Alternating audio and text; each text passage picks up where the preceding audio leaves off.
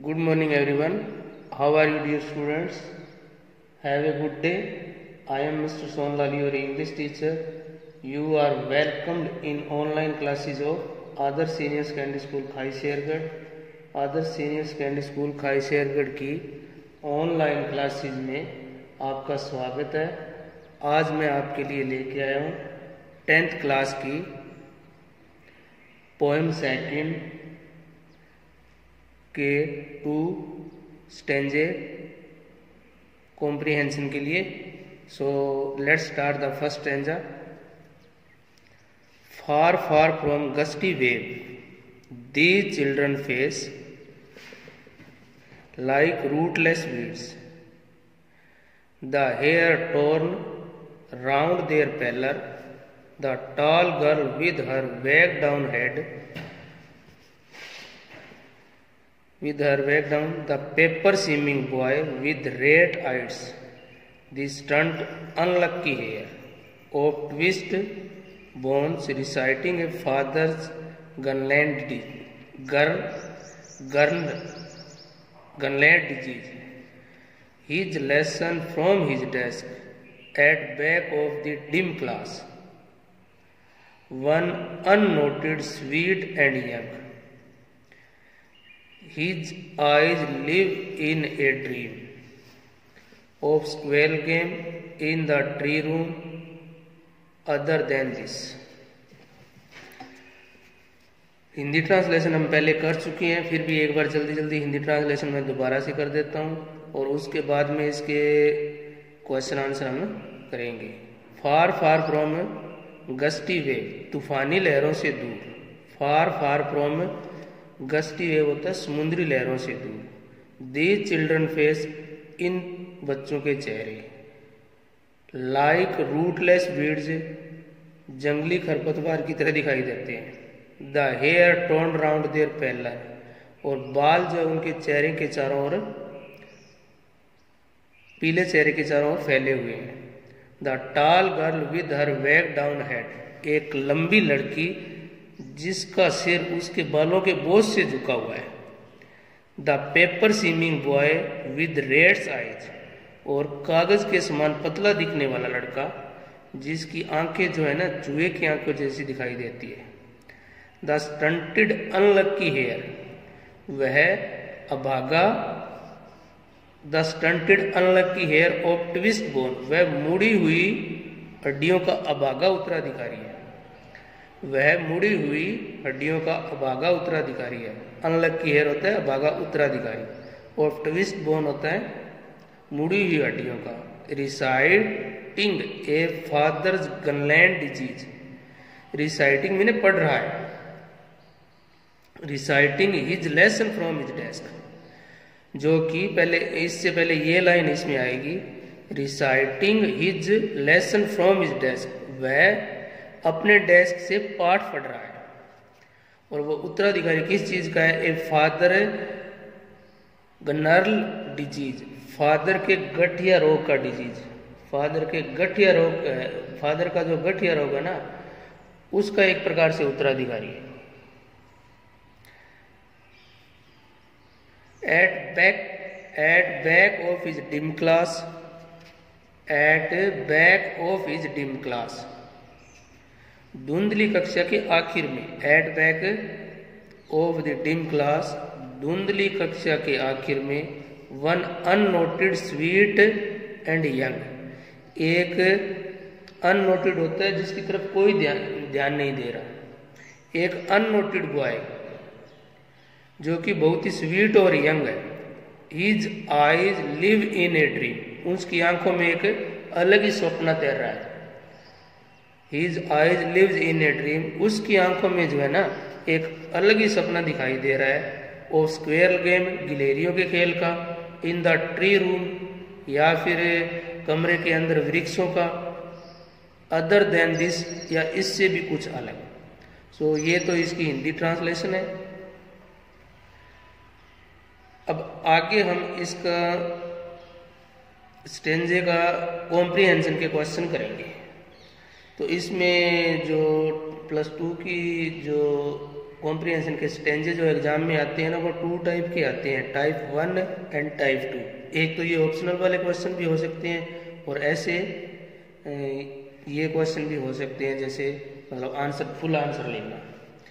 सो इसका first question है, from which poem have these line been taken. First stanza इसका, from which poem have these line been taken, अर्थात ये जो पंक्तियां हैं कौन सी कविता से ली गई है। फर्स्ट क्वेश्चन इसका है, from which poem have these line been taken, ये पंक्तियां जो है कौन सी कविता से ली गई है। फर्स्ट ये। सेकंड क्वेश्चन है, why does the poet call the boy the paper seeming boy. कवि ने लड़के को कागज के समान दिखने वाला क्यों कहा है। Why does the poet call the boy the paper seeming boy? कवि ने लड़के को कागज के समान दिखने वाला क्यों कहा है। Third question, how does the poet describe the children's hair. How does the poet describe the children hair. कवि ने बच्चों के बालों को, कवि द्वारा बच्चों के बालों का कैसे वर्णन किया गया है। How does the poet describe the children's hair. कवि द्वारा बच्चों के बालों का कैसा वर्णन किया गया है। थर्ड ये। फोर्थ है, how is the boy sitting at the end of the class. How is the boy, कैसा लड़का, सिटिंग में बैठा हुआ है, eight the end of the class, class के अंत में किस प्रकार का, कैसा लड़का बैठा हुआ है। और फिफ्थ क्वेश्चन है, find from the stanza which mean the same. We find from the stanza which mean the same. स्टेंजे में से उन शब्दों को ढूंढना है जो इन दोनों के मीनिंग बताए। फर्स्ट है स्टोर्मी और सेकंड है यूजलेस प्लांट। फर्स्ट स्टोर्मी, दूसरा यूजलेस प्लांट। तो ये तो 5 क्वेश्चन हो गए, अब इनके आगे आंसर करेंगे। इसी तरह टाइप 2 का जो होता है ना पार्ट है, इस तरह से ये स्टेंजा के आंसर है ना एग्जाम में इस तरह से भी आ सकते हैं, और दूसरा इस तरह से भी ऑप्शनल वाले भी आ सकते हैं, यानी 4 ऑप्शन जिनके दिए हुए होंगे और उसमें से एक आंसर चूज करना होगा। किसी भी प्रकार से ये दोनों आ सकते हैं। सो दोनों टाइप का हमें करना पड़ेगा। अब इसमें क्या है, फर्स्ट में नेम दी पोएम, कविता का नाम क्या है। नेम दी पोएम, कविता का नाम क्या है। Who is the poet of this poem, इस कविता का कवि कौन है। और थर्ड है इसमें, who does the poet call the boy the paper seeming boy. कवि ने किस लड़के को पेपर सीमिंग बॉय कहा है, या कवि ने किस लड़के को कागज के समान पतला लड़का कहा है, कागज के समान किसको कहा है। और फिफ्थ क्वेश्चन है, फोर्थ क्वेश्चन है, how does the face of the children in the class. How are the face of the children in the class. यानी क्लास में जो बच्चे हैं उनके चेहरे जो है ना वो कैसे हैं। और लास्ट है, how is the boy sitting at the end of the class. How is the boy sitting at the end of the class. Class के अंत में कैसा लड़का बैठा हुआ है। तो ये एक बार क्वेश्चनों की हिंदी मैंने ट्रांसलेशन कर दी, अब इसके आंसर करते हैं। फर्स्ट क्वेश्चन है, from which poem have these lines been taken, यानी कौन सी पोएम से उपरोक्त लाइनें ली गई है। इसका आंसर है, these line have been taken from an elementary classroom in slum written by Stephen Spender. These lines have been taken from the poem An Elementary Classroom in a Slum। यानी ये जो पोएम का name है ना, ये कोमों के अंदर इसको राइट करना पड़ेगा। दोनों तरफ an elementary classroom slum write करके और दोनों तरफ इसके कॉमे जरूर लगाने पड़ेंगे।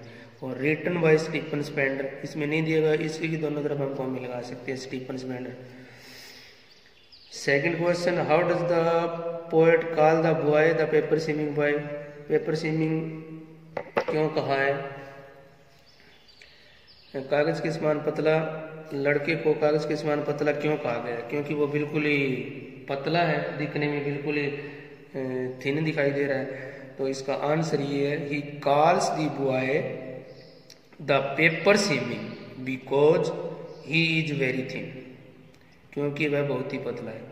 या सीधा भी आंसर हम ऐसे राइट करते हैं, बिकॉज राइट करके because the boy is very thin, ऐसे भी राइट कर सकते हैं, because the boy is very thin, यानी लड़का बहुत ही पतला है इसलिए उसे पेपर स्विमिंग बॉय कहा गया। So the poet call the boy paper swimming, ऐसे भी राइट कर सकते हैं। नेक्स्ट क्वेश्चन है इसका, how is the boy sitting at the end of the class? How is the boy sitting at the end of the class? Class के अंत में, क्लास की पिछली साइड में कैसा लड़का बैठा हुआ है? कैसा लड़का बैठा हुआ है? सॉरी, एक बार सी पार्ट रह गया, क्वेश्चन ये दोबारा रीड करता हूँ। How does the poet describe the children's hair? Children's hair. How is the poet describe the children hair? बच्चों के बालों को कवि, बच्चों के बालों का कवि द्वारा कैसा वर्णन किया गया है? कैसे बालों के बारे में क्या कहा गया, क्या बताया गया है? तो इसका आंसर है, ही सेज, या यहाँ पे ऐसे दी पोएट सेज भी राइट कर सकते हैं। The poet says that their hair are like rootless weeds. Their hairs are like rootless weeds. Their hairs are like rootless weeds. The poet says about the hair, ऐसे भी write कर सकते हैं, the poet says about the hair are like rootless weeds, ऐसे भी write कर सकते हैं। भी कवि ने बालों के बारे में ये कहा गया है कि ये बाल तो दिखने में बिल्कुल ही जंगली घास, बिना जड़ की घास की तरह दिखाई दे रहे हैं। ठीक है। Next question, find from the stanza which mean the same as stormy and useless plant. इन दोनों के स्टेंजे में से मीनिंग ढूंढनी है। पहला है स्टोर्मी, स्टोर्मी होता है तूफानी, तूफानी। और सेकंड होता है यूजलेस प्लांट, यूजलेस प्लांट होते हैं, यूजलेस प्लांट जिन पौधों का कोई भी यूज ना हो। यूजलेस प्लांट ऐसे पौधे जिनका कोई भी प्रयोग ना हो, कोई यूज ना हो, कोई लाभदायक ना हो। तो स्टोर्मी का तो ये बनेगा gusty, gusty, GUST by gusty mean stormy. Gusty is equal to stormy, ऐसे राइट कर सकते हैं। Gusty, stormy is equal to gusty, ऐसे राइट कर सकते हैं। Stormy is equal to gusty. Second है useless plant, useless plants is equal to rootless weeds. ये रूटलेस वीड्स जो है ना, ये रूटलेस वीड्स है और गस्टी इनके सेम मीनिंग है।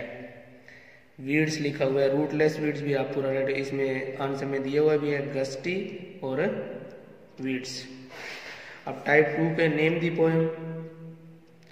The name of the poem is an elementary classroom in a slum. ये क्वेश्चन उस तरह से भी आ सकते हैं, ऊपर वाले जो ऊपर वाला पार्ट दिया ना उसी हिसाब से भी क्वेश्चन एग्जाम में आ सकते हैं। Name the poem and the poet. The name of the poem is an elementary school classroom in a slum. ये सी आंसर इसका आएगा। इसमें क्या लिखा हुआ है, my mother at 66 keeping quiet an elementary classroom in slum a thing of beauty, यानी इसका सी आंसर सही है। Who is the poet of this poem? इस कविता का कवि कौन है? The poet of the poem is Stephen Spender. Stephen Spender है तो कमला दास लिखा हुआ है, स्टीफन स्पेंडर लिखा हुआ है, जॉन कीट्स लिखा हुआ है, पेब्लो नेरूडा लिखा हुआ है। तो आंसर इसका बी आंसर सही है। Stephen Spender. नेक्स्ट क्वेश्चन है, who does the poet call the boy the paper seeming boy? Who does the poet call the boy the paper seeming boy? कवि ने लड़के को कागज के समान दिखने वाला क्यों कहा है? क्यों कहा है? He is very thin, he is very strong, he is very much healthy, all of the above. तो आंसर इसमें से यही बनेगा इसका। ही इज वेरी थिन क्योंकि वो पतला है, इसलिए कागज के समान उसको कहा है। कागज जैसा दिखता है ना पतला, वैसे ये लड़का दिखाई दे रहा है। Next question, how are the face of the children in the class? How are the faces of the children in the class? Class में how are the faces of the children in the class? Class में जो बच्चे बैठे हैं उनके चेहरे कैसे हैं? उनके चेहरे कैसे दिखाई दे रहे हैं? लाइवली, जिंदा दिल, रोबोट, बहुत ही मस्त, पेल एंड लाइफलेस, या पीले या फिर निर्जीव बेजान की तरह दिखाई देते हैं, या रोजी या फूल की तरह दिखाई देते हैं। तो इसका आंसर सी आंसर है, pale and lifeless. Pale and lifeless. ये क्वेश्चन वैसे भी आ सकता है, how are the face of the children in the class? तो इसका आंसर कैसे लिखेंगे?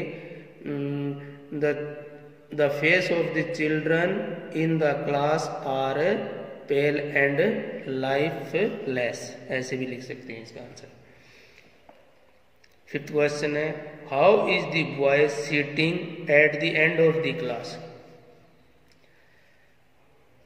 How is the boy sitting at the end of the class? Class के अंत में कैसा लड़का बैठा हुआ है? स्वीट एंड यंग, यही है इसका आंसर। पोएम पीछे रीड की उसके साथ, sweet and young, rough and dry, sick and wrinkled, none of the above. तो इसका आंसर होगा स्वीट एंड यंग, यानी बिल्कुल ही मधुर और युवा जो छोटा लड़का है ना वो बैठा हुआ है। So thanks. इसके साथ ही ये वर्क पूरा हुआ। नेक्स्ट पार्ट आगे करेंगे।